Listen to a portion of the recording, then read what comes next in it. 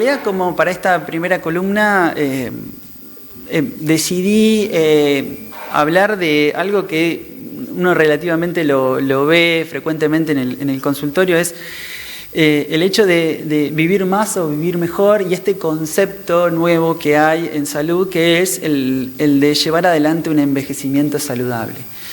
Este concepto surge básicamente de que, bueno, en estos últimos años, gracias a múltiples causas, como, bueno, las políticas públicas de salud, el desarrollo biotecnológico, y entre otras cosas, la realidad es que la expectativa de vida del ser humano ha aumentado. De hecho, vemos cada vez que la gente vive más años, ¿no? Exactamente, vive más años. Entonces, gracias a eso, bueno, uno lo que se plantea es, bueno, ¿de qué nos sirve vivir más años, o queremos vivir más años, o si no podemos aprovechar esos años? ¿Sí? Entonces, bueno, lo primero que tenemos que hacer es entender, bueno, ¿por qué surge esto? Bueno, surge, como te decía, bueno, porque la tecnología ha mejorado muchísimo. Hace muchos años atrás, y no tantos, estamos hablando de enfermedades o ciertas condiciones que antes eran muy riesgosas para la salud, que ponían en riesgo y reducían la expectativa de vida, y que hoy en día son tratables. Por decirte algo, el tema de, bueno, los embarazos y los partos, eso ha mejorado muchísimo. Antes las mujeres se morían en los partos y era muy difícil, y eso mejoró muchísimo.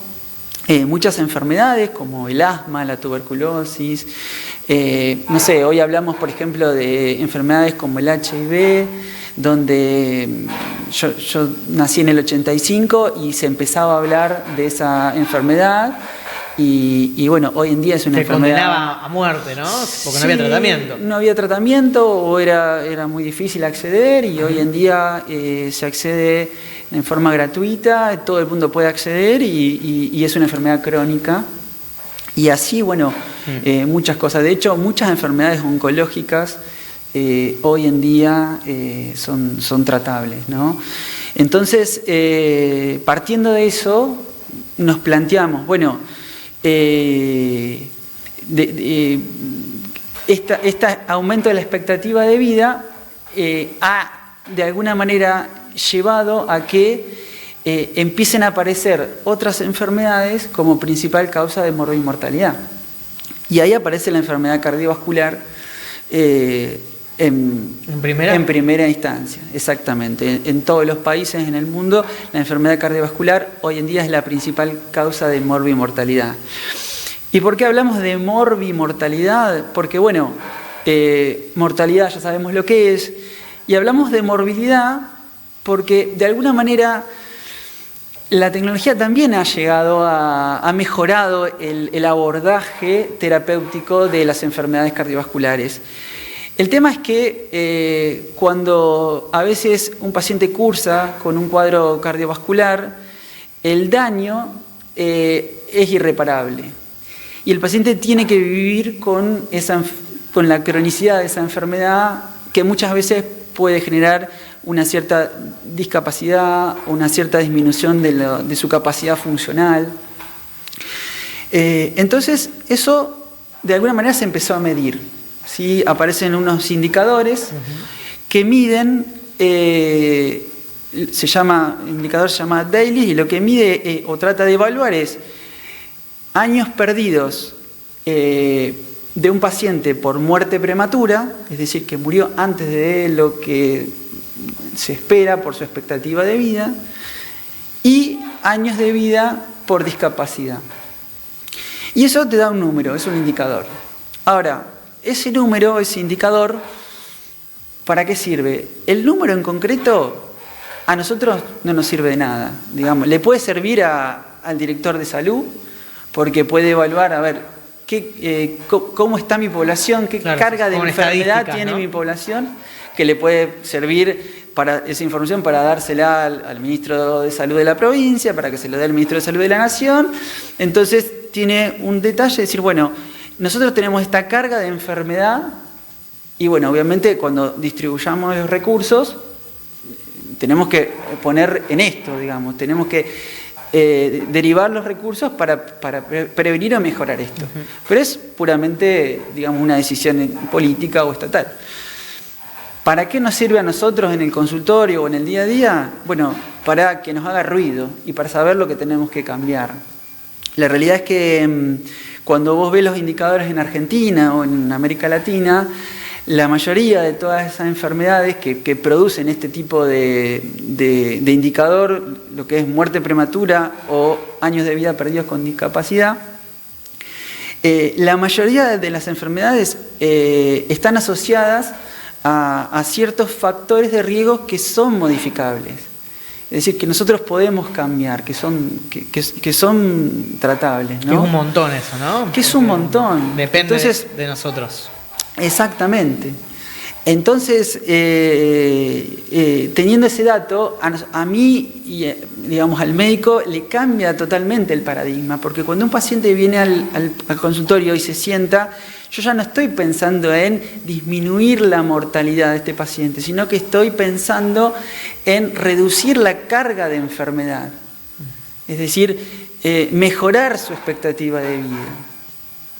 Y en esto tiene que ver, bueno, todos esos factores que hablamos, que están asociados, que son el sedentarismo, el tabaquismo, la hipertensión arterial, el estrés, la no sociabilización o la falta de sociabilización. Son un montón de indicadores y factores de riesgo que aumentan esta carga de enfermedad. Por lo tanto, en conclusión, lo que entendemos es que el mejorar la calidad de vida no tiene que ver con un evento. No es que, bueno, yo voy al médico y el médico me va a recetar algo, me va a hacer un estudio y con eso va a mejorar. Pastilla. Exactamente. Sino que, hay una pastilla para esto, te dirá. Sino que forma parte de un proceso. Y que por lo tanto, por más que uno tenga una condición genética excelente, y que uno viva al lado del Instituto Cardiovascular o de la Suiza o del mejor hospital del mundo, no depende estrictamente de eso, no depende ni de las condiciones de salud, ni de ni de la genética estrictamente, sino que también forma parte de un proceso personal de cómo el paciente se compromete, ¿no? Y entonces, bueno, ahí vemos y entendemos que forma parte y que se necesitan todas las patas de la mesa. Se necesita tener un buen acceso a la salud, se necesita el compromiso del médico, que obviamente dé las indicaciones correctas, y se necesita el compromiso del paciente, que pueda aprender a modificar estas cuestiones, estos factores, entendiendo que bueno, que no es fácil, pero que bueno, que en definitiva después la recompensa es excelente y es mayor. Y bueno, la conclusión es esa, es un proceso donde la responsabilidad es compartida, ¿no? Y es un poco lo que queremos plantear.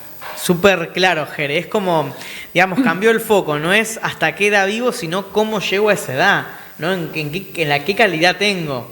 Es súper clave entenderlo, ¿no? Y comprometerse, como vos decís. Sí, por supuesto. La realidad es que el principal objetivo es eso, es no perder la autonomía, ¿no? Cuando uno, a medida que va desarrollando y va llevando adelante el proceso de envejecimiento, el hecho de que uno no pierda la autonomía, ¿no? Y que pueda seguir, si quiere, trabajando o si quiere, digamos, siendo funcional dentro de los vínculos familiares, ¿no?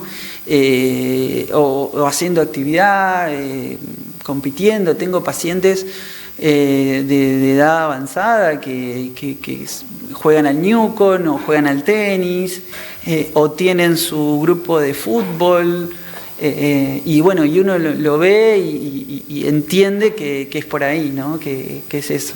Las claves serían, ¿no? La alimentación, la actividad física. Sí, sí, las claves serían esas, ¿no? Obviamente tratar de llevar adelante una alimentación saludable, de seguir a Agustina en sus recomendaciones. Sí, en la columna de nutrición. Sí, sí. Bueno, la actividad física, vos decías lo de no hay una pastilla. Hace un tiempo un cardiólogo muy famoso que hace poco falleció dijo en una conferencia que si uno pudiera poner en una pastilla todos los beneficios que trae hacer ejercicio, sería, digamos, la pastilla ideal, la pastilla perfecta, ¿no? Porque es fantástico la cantidad de beneficios que trae, ¿no?, hacer actividad física regular.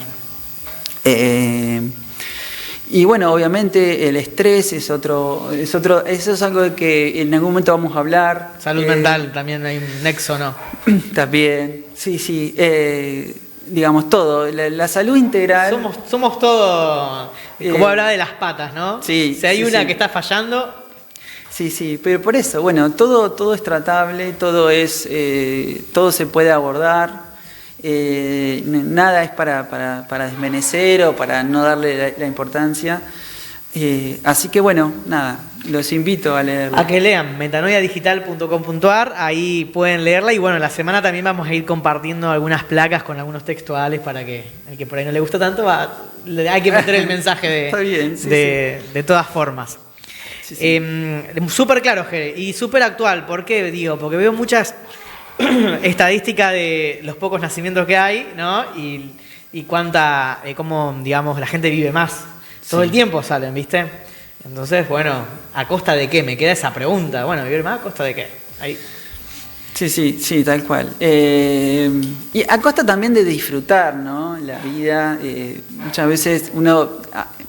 esto surge aparte de experiencias del consultorio donde uno a veces recibe el paciente con factores de riesgo o a veces el paciente viene acompañado de un familiar el cual o trae una enfermedad crónica o simplemente viene para un control y bueno, y a veces siempre está esa pregunta, te plantean, doctor, o no que no puede comer con sal, o no que no puede tomar una copa de vino.